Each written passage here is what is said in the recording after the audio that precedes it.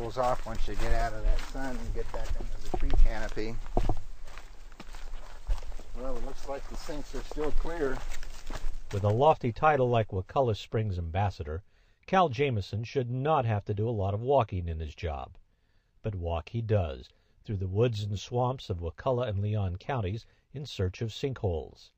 These depressions or holes in the landscape are abundant in this part of Florida's panhandle, where collapses in the shallow limestone aquifer create sinks or natural pools called karst windows. I went out and started walking the county in search of sinkholes, and what we were mainly interested in doing was finding karst window sinks that connect to the cave system that might lead to Wakulla Springs, and also to find any sinks that are imperiled, and if we could, get the landowner to participate in the Voluntary Springs Initiative cleanup program. Prior to his position as ambassador, Jamison had explored springs and sinkholes for 30 years. The opportunity to help protect them was his chance of a lifetime. When I came back here a year and a half ago, I did my job. I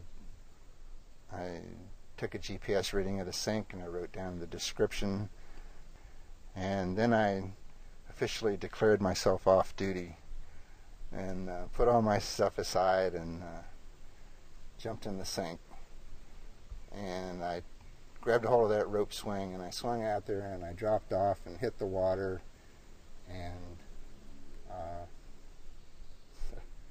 it still chokes me up. I cried. It was like the sinks were saying, "It's okay. Welcome back." You know. Jamison has mapped more than 360 sinkholes and has counseled countless landowners about the importance of protecting sinks. One owner is Ross Tucker, who lives about 6 miles from Wakulla Spring. Well, this is Tucker Sink. It's owned by a local businessman, Ross Tucker, and this is the one that we've been doing a restoration project on. When he bought this land, it was the sink looked pretty pristine, but turned out that there was quite a bit of hazardous material and debris in it. Prior to purchasing the property, Tucker's sinkhole had been dumped in for about 40 years, and it was close enough to Wakulla Spring to be a concern. However, Tucker had more immediate issues before he could address the problems with the sink. I was primarily concerned about getting my house going, because I need to build a house, so I was focused on that. And then all of a sudden, Cal came out of nowhere, like a miracle, and I wasn't expecting that. Tucker's miracle came in the form of funding from the Florida Department of Environmental Protection's Springs Initiative. It paid for removal of 198 tons of construction material, car parts, and other debris from the sinkhole. Officials feared that this material might be entering the aquifer through the sink. The traditional mentality years ago was that if you had a homestead and you were out in the woods and you were fortunate enough to have a sinkhole, why, that's where you put your garbage. Now I talk to folks about things that are in sinkholes, and they're horrified at some of the stuff that comes out, and they wonder how in the world anybody could ever put something in there that's that harmful.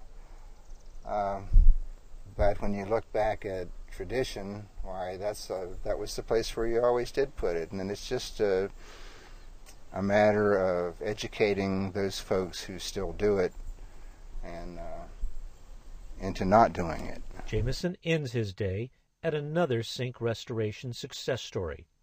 This one located within the boundaries of Wakulla Springs State Park. This is Cherokee Sink, and it was acquired by the Wakulla Springs State Park a couple of years ago. Last year, during the Wakulla County Coastal Cleanup, we took out an automobile, a boat, and a trailer, a shopsmith tool, a base station for a radio, and about 40 bags of cans and glass. This is still one of the most popular swimming spots in the county, apart from Wakulla Springs itself. And it looks pretty good to me. I think I'm going to take a dip. The sink's chilly water washes away the Florida heat. Okay, here I go. 1, 2, 3. And reminds Jamison why he's their ambassador. Well, that was good.